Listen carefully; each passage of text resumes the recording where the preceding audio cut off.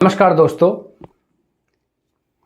जब किसी ज्योतिषी के पास में किसी जातक की जन्म कुंडली आती है तो वह उस जन्म कुंडली को देख करके उसके सभी दोषों को बता सकता है, उसके सभी गुणों को बता सकता है। वह यह बता सकता है कि वह किस प्रकार से जी रहा है, उसको किस प्रकार से दुख है, किस प्रकार से कष्ट है, उसके पिता को क्या कष्ट है, उसकी माता को क्या कष्ट है, उसका चरित्र, उसका जीवन, सब कुछ उस ज्योतिषी के आगे रखी जो जन्म कुंडली होती है उसके समक्ष होता है।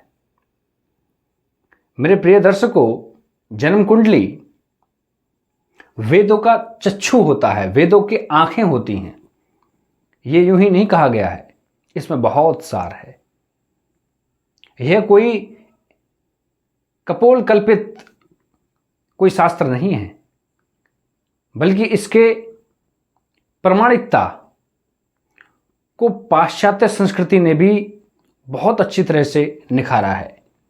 क्योंकि ज्योतिष हर जगह विद्वान है, वह पाश्चात्य में भी है और वह प्राच्य में भी है, हिंदुस्तान में भी है, सभी जगह विद्वान है।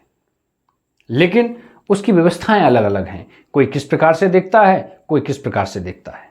मैं यहाँ पर वैदिक ज्योतिष के माध्यम से अपने जातकों की भविष्यवाणियां करता हूं। तो ऐसे ही जन्म कुंडली के माध्यम से माता पिता, बांधु बांधव, पत्नी, चाचा चाची या जितने भी संबंध हैं, सबके बारे में फलादेश किया जा सकता है। उसके मृत्यु और हालांकि उसके पुनर्जन्म के बारे में भी फलादेश किया जा सकता है। किसी भी ज्योतिषी को पता होता है उसके मृत्यु के बारे में, उसके अवगुणों के बारे में, लेकिन उसको छिपाना होता है। वह उनको छिपाता है।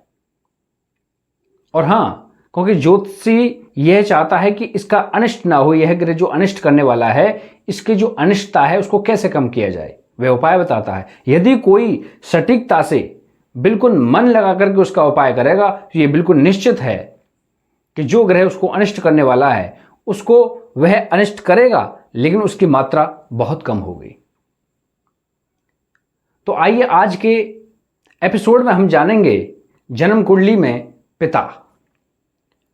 किसी की जन्म कुंडली में यदि हमें पिता को देखना है तो वह कौन से भाव और कौन सा ग्रह देखना होगा, और विश्लेषण करते समय हम यह कैसे देखेंगे कि पिता और पुत्र दोनों में संबंध किस प्रकार से होगा।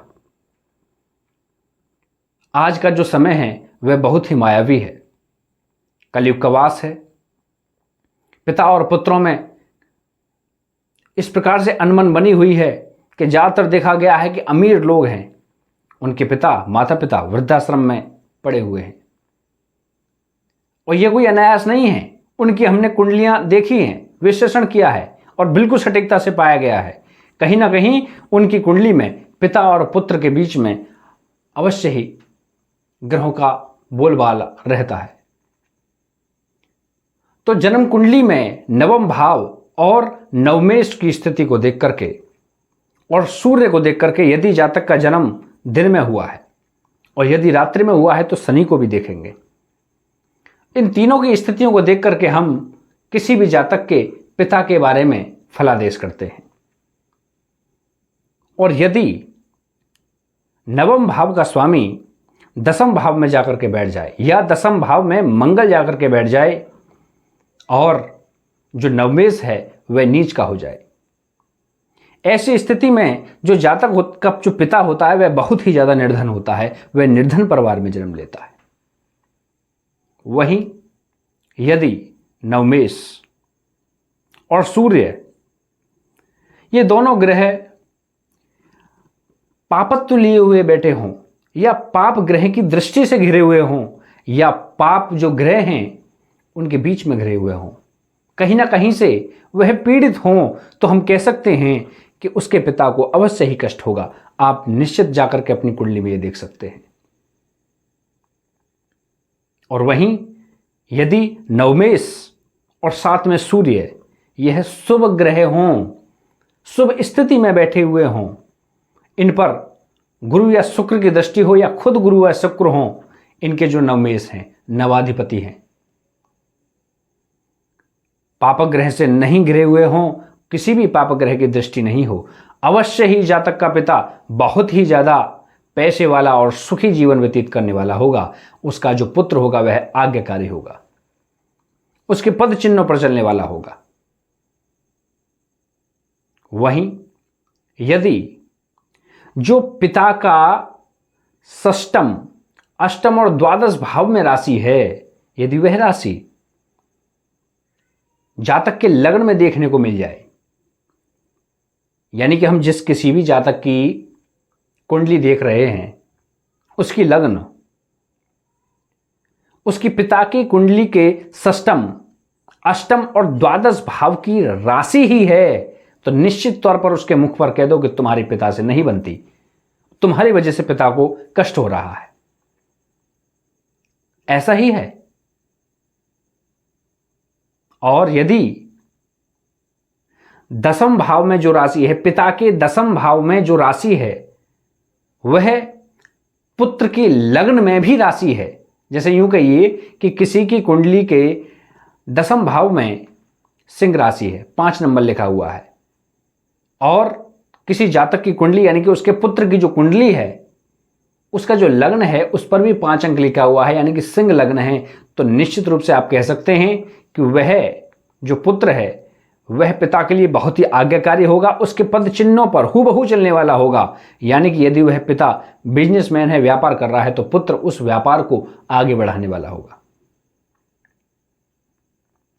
वहीं यदि जो पिता का जो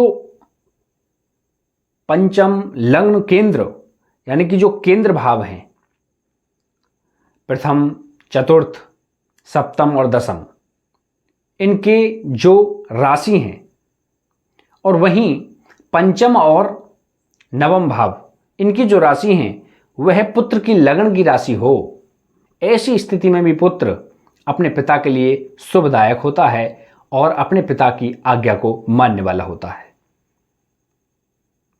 वहीं यदि हम बात करें सूर्य की, सूर्य अपने पिता का एक मुख्य कारक ग्रह है।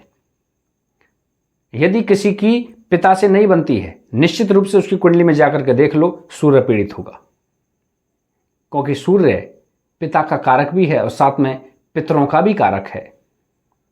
सूर्य यदि पीड़ित है तो निश्चित रूप से हम कुंडली में कहें कि उसकी कुंडली में पितृदोष है।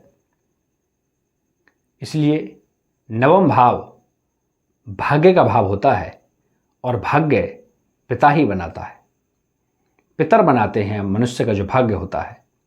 यदि किसी की पिता से नहीं बनती तो वह अपना भाग्य बिगाड़ता है। इसलिए अपने माता पिता की सेवा बहुत ज़्यादा जरूरी है। ये जो ग्रहों का जो खेल है, यह कहीं ना कहीं हमारी जीवन की दिनचर्या से जुड़ा हुआ है। यदि हम गुरुओं का सम्मान नहीं करते, हम खूब ढूंढते हैं, हमें गुरु नहीं मिलते, तो अपनी कुंडली में जाकर के देखो, बृहस्पति कमजोर होगा, बृहस्पति को दोष होगा। वहीं अगर हमारी माता से नहीं बनती या हमारी माता को कोई पीड़ा है, रोगों से ग्रसित है, तो आपकी कुंडली में चंद्रमा पीड़ित है। यदि मंगल खराब है तो भाइयों से नहीं बनेगी, और यदि पिता से नहीं बनती है, पिता को कष्ट है, तो आप अपने जाके सूर्य को देखें। सूर्य को यदि पुष्ट करेंगे तो पिता अपने आप ठीक हो जाएंगे, और पिता की आप सेवा करेंगे तो सूर्य ऑटोमेटिकली आपके शुभ फलदायी हो जाएंगे। तो यह हमारी दिनचर्या है, दिनचर्या को ही तो दिखाते हैं ये ग्रह। हमारा स्वभाव ये ग्रह हैं, ये नवग्रह हैं, क्योंकि हमारा जो शरीर है वह इन्हीं से मिलकर के बना हुआ है। इसलिए हमने अब जाना, अपनी कुंडली में हम देख सकते हैं कि आखिरकार हमारे पिता से कैसी बॉन्डिंग है। और यदि आपकी कुंडली में ऐसा कुछ है जिससे लग रहा है कि हमारे पिता से नहीं बन रही है, तो उसका उपाय करें। उपाय सिर्फ यही है कि आप अपने आप को आत्मबल दें और अपने पिता से सुलह करें, पिता को मनाएं और अपने पिता की आज्ञा का पालन करें, पिता की सेवा करें, भले ही कैसे भी हों आपके पिता। इससे क्या होगा? आपका सूर्य मजबूत होगा।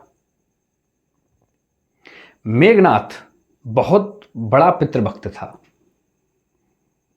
पितृभक्त के कारण उसका सूर्य मजबूत हुआ, और सूर्य के मजबूत होने से मतलब है ख्याति। मेघनाथ की ख्याति, मुझे लगता है कि रामायण के सभी पात्रों में यदि सबसे प्रबल ख्याति यदि कोई प्राप्त करता है तो वह इंद्रजीत है, वह मेघनाथ है। जिसके आगे स्वयं भगवान श्री राम भी नतमस्तक हो गए। इसलिए आप अपने पिता की सेवा अवश्य करें। नमस्कार।